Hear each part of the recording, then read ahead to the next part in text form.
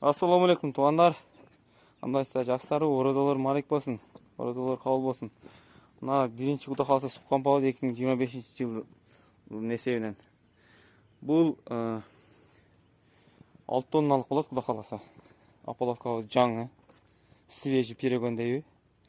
Ошондой 6 тонналык Кудай кааласа. Чуңкурдугу 3 метр, диаметри 1,60 таза. Казылышы 1,90.